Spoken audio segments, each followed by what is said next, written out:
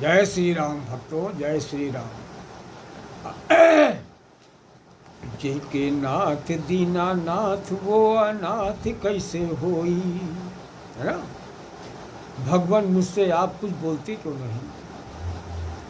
क्यों इतना दुखी कर रहे हो? प्राण कंठ में आ गए। मैं आपके वचन की बाट जोड़ रहा हूँ। मैं भगवान कहाता हूँ और भगवान से ही भेंट नहीं होती। इसकी मुझे बड़ी लज्जा आती है। भगवान, मेरे प्रेम का तार मत तोड़ो। आपकी कृपा होने पर मैं ऐसा दीनहीन नहीं रहूँगा। पेट भरने पर क्या संसार से कहना पड़ता है कि मेरा पेट भरा है। तृप्ति चेहरे से ही मालूम हो जाती है। चेहरे की प्रसन्नता ही उसकी पहचान होती है। सती को वस्त्र अलंकार पहनाकर चाहे जितना श्रृंगारिये, पर जब तक पति का संग उसे नहीं मिलता तब तक वह मन ही मन कुंठा होती रहती है। वैसे ही तुम्हारे दर्शन बिना मुझे कुछ भी अच्छा नहीं लगता प्रभु, कुछ भी अच्छा नहीं लगता। भगवान, तुमसे यदि मेरी प्रत्यक्ष भेंट नहीं हुई और कोरी बातें ही करते रहे तो ये संत मुझे क्या कहेंगे? मुझे कुछ भी अच्छा नहीं लगता। तनिक तो विचार करो। भगवान के साक्षात दर्शन नहीं किए, संतों में उसकी मान्यता नहीं। संत और भक्त वही है जिसे भगवान का सद्गुण साक्षात्कार हुआ हो। भोजन के बिना तृप्ति कहाँ होती है? भगवान भी भोजन ही समझिए। पेट भर जाता है तो आदमी मस्त हो जाता है, उसी तरह भगवान के शरण में जो आ जाता है वो आदमी मस्त हो जाता है। भगवान आलिंगन देकर प्रीत से इन अंगों को शांत करेंगे और अमृत की दृष्टि डालकर मेरे जी को ठंडा करेंगे। गोद में उठा लेंगे और भूख प्यास भी पूछेंगे और पीतांबर मेरा मुंह पोंछेंगे। प्रेम से मेरी ओर देखेंगे, मेरी मुट्ठी पकड़कर मुझे सांत्वना देंगे। मेरे माँ बाप, मेरे विशंबर, अब मेरे ऊपर कुछ कृपा करो, कुछ कृपा करो। मेरे माँ बाप मेरे प्रत्यक्ष बनकर दिखाइए। आंखों से देख लूँगा, तब मुझसे बातचीत भी होगी। चरणों में लिपट जाऊँगा, फिर चरणों में दृष्टि लगाकर हाथ जोड़कर सामने खड़ा रहूँगा। यही मेरी उत्कृष्टता है। हे नारायण, मेरी मनोकामना को पूर्ण करो। मेरी अभिलाषा मेरी यही है कि आपसे मेरी बातचीत हो, उससे सुख बढ़े। आंखें भरकर आपका श्रीमुख देखूं, या मैं आपके श्री चरणों की साक्षी रहकर सच सच कहता हूँ। तुम्हारा प्रेम सुख छोड़कर हम जीवन मुक्त किस लिए हो? कौन ऐसा भागा होगा जो इसे नहीं चाहेगा? हे गोपी रमणम, अब मुझे अपना रूप दिखलाओ जिससे मैं अपना मस्तक आपके चरणों में रखूं, तुम्हारा श्रीमुख देखूं, तुम्हें आलिंगन करूंगा, तुम्हारे ऊपर से राई रोन उतारूंगा। तब तुमसे पूछेंगे, तब अपनी बात कहूंगा। एकांत में बैठकर तुमसे सुख की बातें करेंगे। मुझ अनाथ के लिए हे नाथ, अब तुम एक बार चले आओ, एक बार चले आओ। प्रभु, पीड़ा होनी चाहिए प्रभु को पाने के लिए। जैसे मछली बिना जल के तड़पती है, यही तड़पन होनी चाहिए ईश्वर को पाने के लिए। तुम्हारे लिए जीव तड़प रहा है, हृदय व्याकुल हो रहा है, चित्त तुम्हारे चरणों में लगा है। तुम्हारे बिना अब रहा नहीं जाता। प्रभु आ जाओ, दर्शन दो। गरुड़ के पैरों पर बार बार मस्तक रखता हूँ। हे गरुड़ जी, उन हरि को शीघ्र ले आइए, मुझ दीन को तारिए। भगवान के चरण जिन लक्ष्मी जी के हाथों में हैं, उनसे गिगड़ाता हूँ कि हे लक्ष्मी जी, उन हरि को शीघ्र लाइए और मुझ दीन को तारिए। हे शेषनाग, आप हर्षिकेश को जगाइए। हे नारायण, तुम्हें उन गोपालों ने अपने पुण्यवान नेत्रों से कैसे देखा होगा? उनके उस सुख के लोभ से मेरा मन ललचाया हुआ है। मुझे वह आनंद कब मिलेगा? तुम्हारे श्री मुख की ओर टकटकी लगाए रहने का आनंद कब प्राप्त होगा? अंधों के बिना मैं उसे कैसे जानूं? तुम्हारा रूप इन आंखों से कब देखूंगा? तुम्हारे आलिंगन का आनंद कब करूंगा? चित्त यही प्रतिक्षण सोचता रहता है। मेरे श्याम, मेरे प्रभु, आपके आगे मैं नतमस्तक हूँ। मेरे सन्मुख आओ मेरे प्रिय, तुम्हारा श्रीमुख और श्री चरण मैं देखूंगा, जरूर देखूंगा। उसी में मन लगा अधीर हो उठा है। पांडवों को जब कष्ट हुआ तब स्मरण करते ही तुम आ गए। द्रौपदी के लिए तुमने उनकी चोली में गांठ बांध दी। गोपियों के कौतुक करते हो, कौवों और ग्वालों को सुख देते हो। अपना वही रूप दिखा दो। तुम तो अनाथ के नाथ और शरणागतों के आश्रय हो। मेरी यह कामना पूरी करो। कृष्ण ही मेरी माता है, कृष्ण ही मेरे पिता है। कृष्ण के बिना जीवन एक पल नहीं जीना है। अंदर हरि, बाहर हरि, हरि ही ने सब अंदर बंद कर रखा है।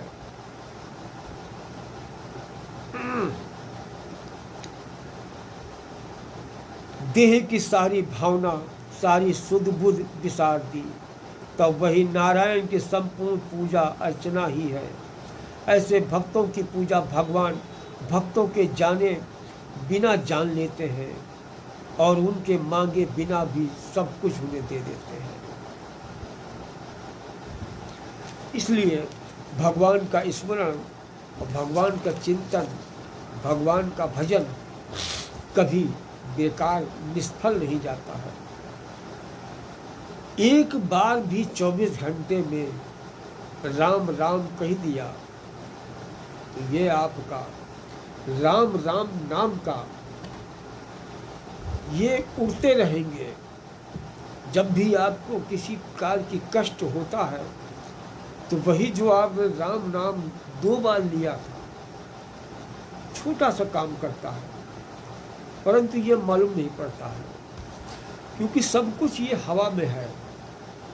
हवा में ही शरीर चलता है और इसको बहुत ही गहराई से अगर जानना है, समझना है, तो इसको समझने के लिए आप ऐसा समझिए कि जैसे नासा में लोग, अंतरिक्ष में लोग जाते हैं तो वहाँ कुछ नहीं खाते हैं, पानी भी नहीं पीते हैं, चल भी नहीं पाते हैं। अभी हमारे वैज्ञानिक आए हुए हैं नासा से, तो आप ये सोचो कि वो स्वर्ग है ऊपर। नासा स्वर्ग मानिए उसको, जहाँ ना हवा है, न पानी है, न जलवायु है। आदमी तैरता रहता है, बस चल भी नहीं पाता है।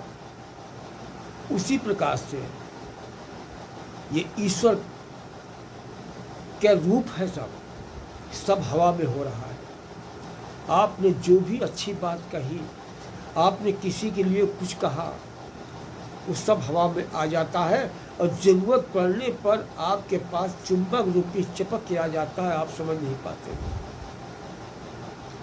कभी कभी भगवान आपकी परीक्षा भी लेता है। कैसे परीक्षा लेता है इसको जानने के लिए, आप धार्मिक हैं, पूजा पाठ बहुत करते हैं, भगवान को बहुत मानते हैं, तो भगवान आपकी परीक्षा लेता है।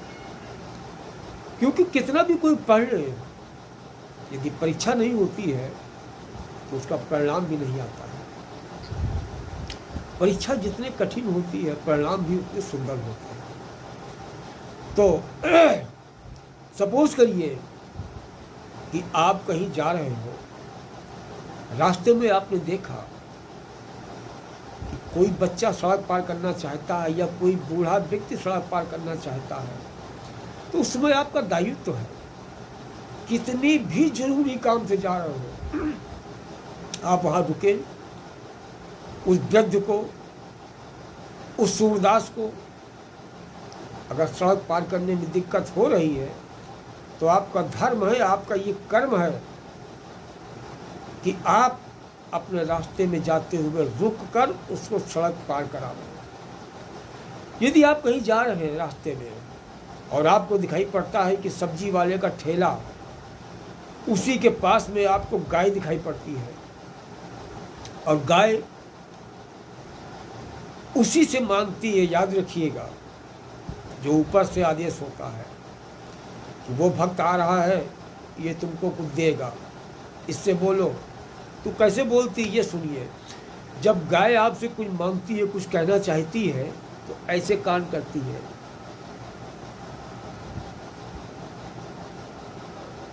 यदि गाय आपको देखकर और सामने सब्जी वाला खड़ा हुआ है या आपके दरवाजे पर आकर इस तरह कानों को आगे पीछे करती है, तो आपसे कुछ कह रही है, कुछ आपसे चाह रही है, कुछ आपसे मांग रही है। तो मेरे भाइयों, यदि उस समय गाय को आपने सब्जी वाले को देखते हुए, हरी सब्जी उसके पास में है, तो 5 रुपए 10 रुपए की कुछ भी हो, उस गाय को अपने हाथ से खिला दीजिए।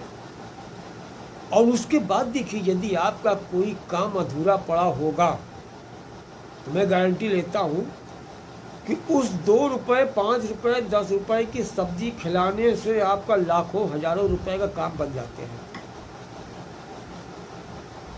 बात समझ रहे हैं आप ना। तो ये सब छोटे छोटे काम जो है, ये परीक्षा है भगवान की। जैसे कोई बालक आपको सामान लेने गए, कभी कभी मेरे साथ जैसे होता हो सकता है आपके साथ भी होता हो कि गर्मी में हम आइसक्रीम का डिब्बा लिया, एक छोटी सी बेटी आ गई, बोली मुझे भी चाहिए। तो जो डिब्बा मैंने अपने लिए लिया था वही डिब्बा उसको दे दिया। यहाँ क्या हुआ? हो सकता है वो माँ बन के किसी रूप में आई हो, देवी बन के किसी रूप में आई हो हमारी परीक्षा लेने। उस समय अगर आपने ये सोचा कि हम तो 20 रुपए 30 रुपए वाली खा रहे हैं, इसको 5 रुपए 10 रुपए वाली खिलावें, भाई यही गलती हो जाती है। कभी गलती ना करिएगा। अगर आप खाना भी खाने जा रहे हैं और कोई दरवाजे पर आ गया, कह रहा है लाओ भूखे हैं भोजन करा दो, तो यकीन मानो वो भिखारी मत समझिएगा, इसकी भूल मत समझ करिएगा। वो भगवान ही भिखारी बन के आपके रूप में आए हैं, आपके दरवाजे पे आए हैं और आपको देखना चाहते हैं कि आपकी मनोदशा क्या है, आपकी इच्छा क्या है। सब देने आते वो, लेने जरा सा आते हैं, केवल आपकी परीक्षा लेने आते हैं, देने आते हैं, भंडार भरने आते हैं। मगर हम छोटी सोच, पैर की मोच व्यक्ति को आगे नहीं बढ़ने देती है और भगवान को दुत्कार के हम भगा देते हैं। भगवान रूपी इंसान, यदि भगवान सच्चे रूप में आ जाएंगे तो कोई मानेगा नहीं, ढोंगी है। तो किसी न किसी रूप में आते हैं, जानवर के रूप में भी आ सकते हैं, इंसान के रूप में भी आ सकते हैं। पहचानना सीखो, पहचानेगा वही जो असली भगवान का सेवक होगा। हर एक में भगवान दिखाई पड़ेंगे, इंसान में भगवान दिखेंगे, भगवान पेड़ों में भगवान दिखेंगे, पशुओं में भगवान जिसको दिखते हैं, वो सारी सृष्टि तो उन्हीं की है ना। तो हर एक चीज में तो वही समाया हुआ है, इसको आप जो समझिए। पेड़ को आप काटिए तो हमारे शरीर को चीरा लगता है तो लाल खून बहता, पेड़ को जब चीरा लगता है तो सफ़ेद खून बहता, वो भी खून बहता, वो खून ही है। और इसको जो हमदर्दी करता है वही भगवान की शरण में रहता है। इसलिए प्यारे भक्तों, प्यारे मित्रों, सभी लोगों अच्छी अच्छी बातें करिए, अच्छा अच्छा सोचिए, अच्छा अच्छा बर्ताव करिए, अच्छा अच्छा रहन से करिए, घर को स्वर्ग बना दीजिए, घर को ही मंदिर बना लीजिए। इसी के साथ में वीडियो समाप्त करते हैं। वीडियो अच्छा लगा हो तो अपने दोस्तों को लाइक करना मत भूलिएगा। भगवत प्रेमी हो तो निश्चित वीडियो लाइक करोगे, शेयर करोगे, सब्सक्राइब बटन जरूर दबाओगे। इसी के साथ सभी को हर हर महादेव, जय भोले की, सभी का कल्याण हो, सभी के लिए मेरी कामना। जय श्री राम।